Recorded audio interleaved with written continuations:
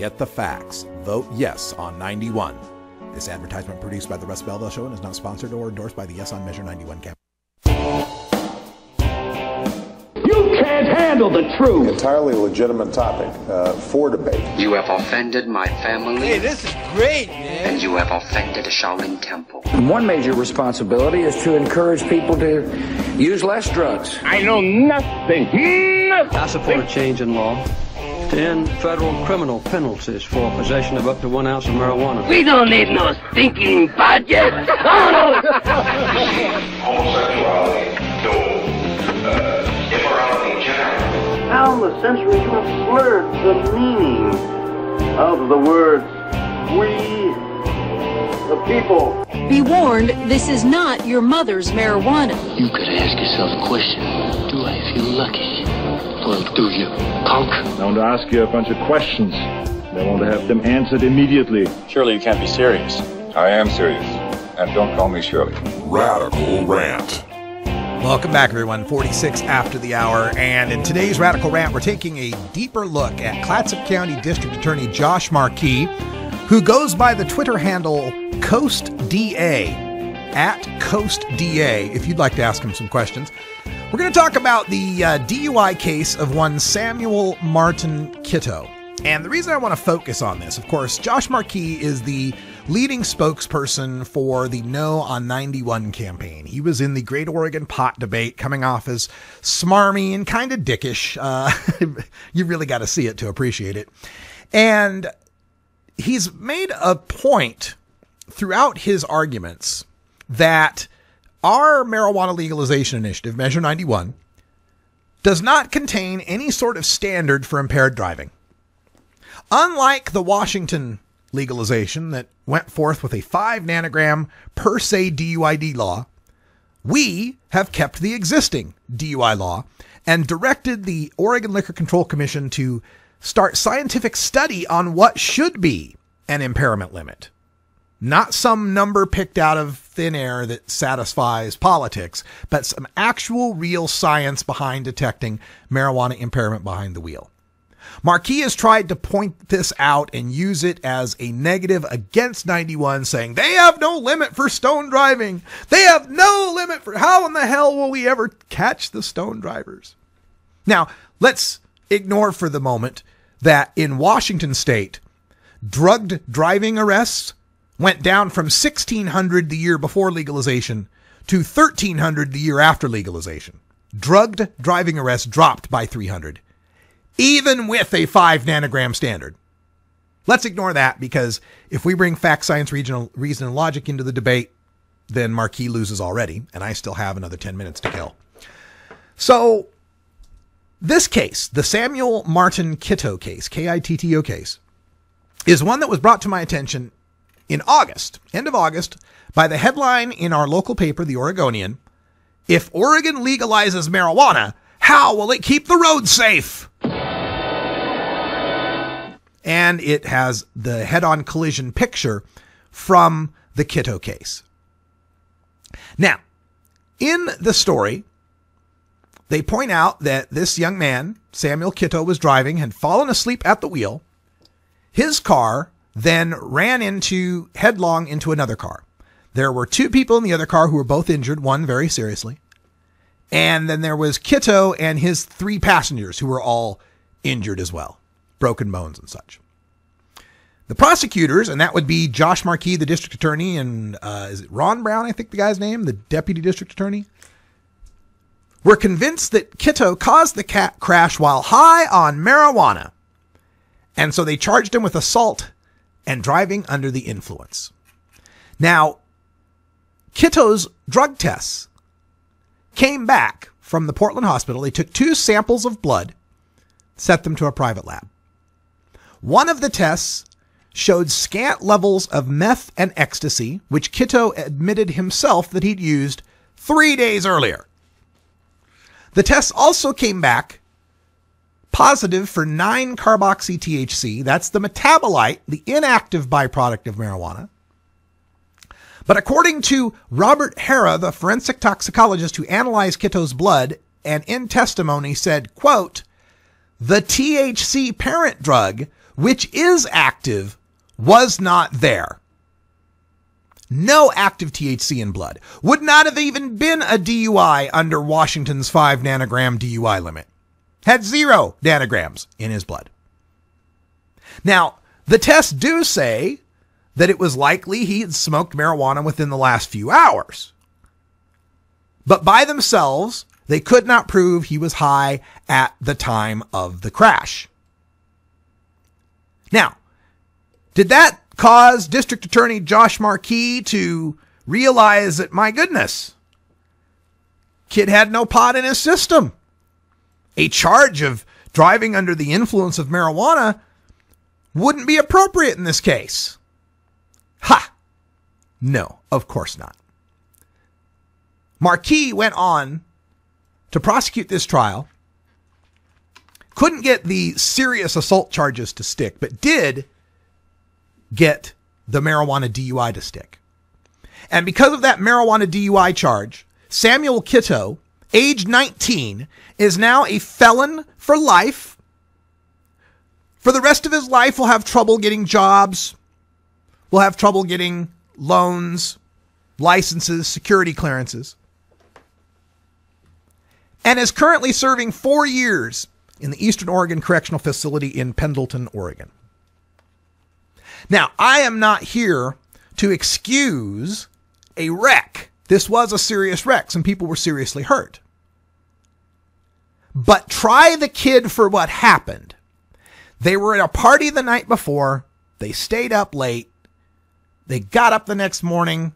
The kid was too tired to drive. He wasn't impaired by marijuana. Now, you want to try him for impairment from being sleepy, from being fatigued, which, by the way, is the #1 cause of impaired driving wrecks.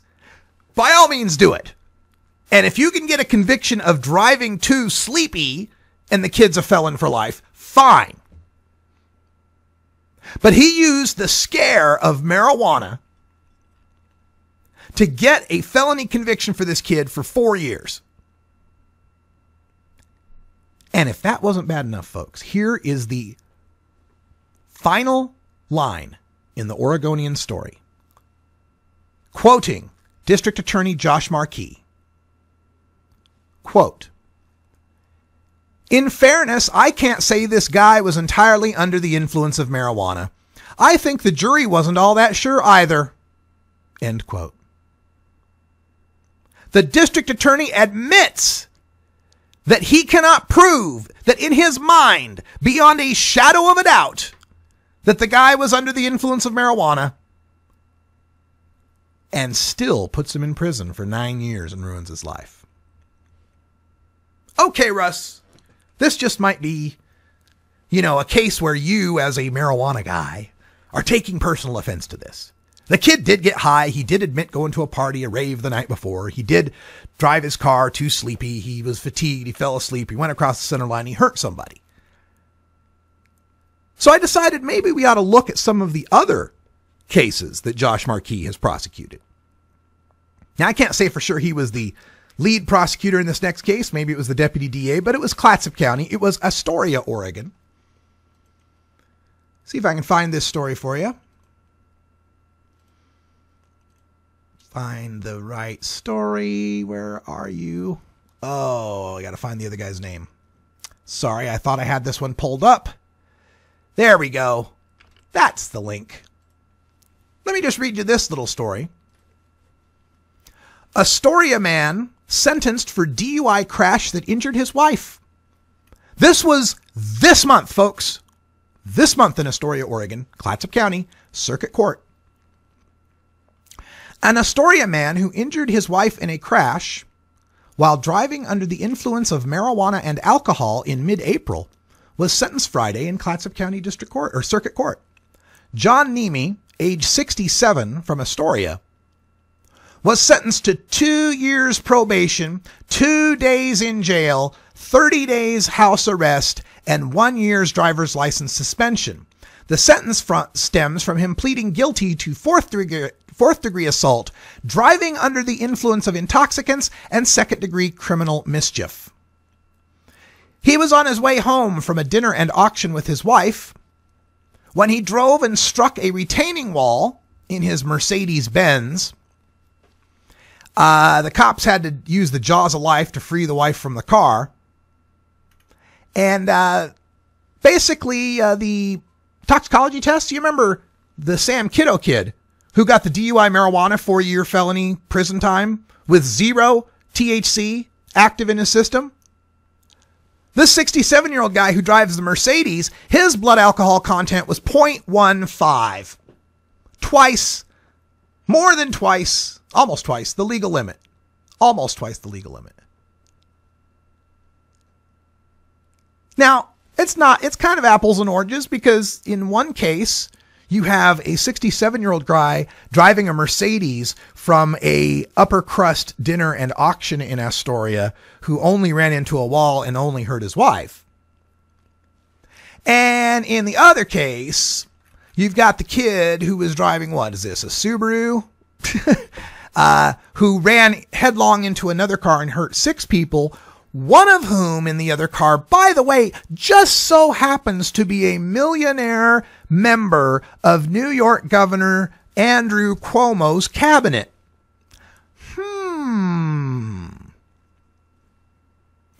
And then I thought maybe we should look up another case. And I haven't yet found this case yet, but I have heard tell of this case. And once I find it, I'll bring it to you here on 420 Radio.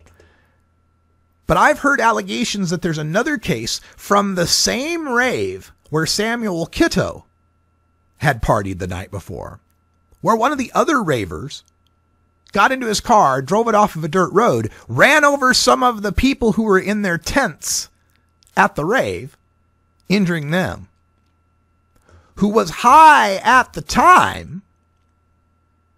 This guy was taken and given a trial, not in the main court where the news cameras were like Samuel Kitto, but in the basement with not much made about it.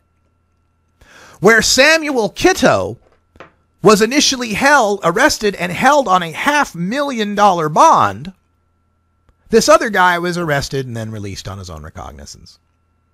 This is what's been alleged. This is what I've heard. Again, I'm working to verify the details of that story. But what I have found so far is a little bit of selective prosecution on the case of an overzealous prosecutor here who hates marijuana and wanted to send a message, wanted to make an example of Samuel Kitto, wanted to polish his bona fides on being the anti-rave guy who's going, I'm going to shut down those kids who are partying in the forest, by God, with their marijuanas and their ecstasies. And of course, you know, if a high-profile member of the governor's cabinet from New York is injured and has to have major surgery to repair her intestines, well, my God, that's just all the more reason to ruin a 19-year-old kid's life. It's a sad story, and I'm not saying Samuel Kitto shouldn't have gotten any punishment. But the justice system needs to work with the facts and not with the reefer madness. If DA Marquis had prosecuted this guy for the assault charges, for the fatigue, for falling asleep at the wheel, then we wouldn't even be talking about this. But knowing in his mind, he admits to the Oregonian that beyond a reasonable shadow of doubt, he did not think the guy was impaired by marijuana, and then goes forward and prosecutes him successfully for being impaired on marijuana. That kind of bigotry ruins lives, Mr. Marquis. I ain't going away, pal. Something about calling me a mean, crazy loon has somehow motivated me. But that's all the time I got for Hour 1. Stay tuned for Hour 2. Toker Talk Radio will take your calls at 971-533-7111. For everyone here at 420 Radio, thanks for joining us. I'm Radical Russ. Until next time, take care of each other, Tokers. This is the Russ Belville Show. The Russ Belville Show is blogging and podcasting daily at radicalruss.com. You plant it, you grow it, you dry it, you roll it, you smoke it. You take a seed, you plant it, you grow it, you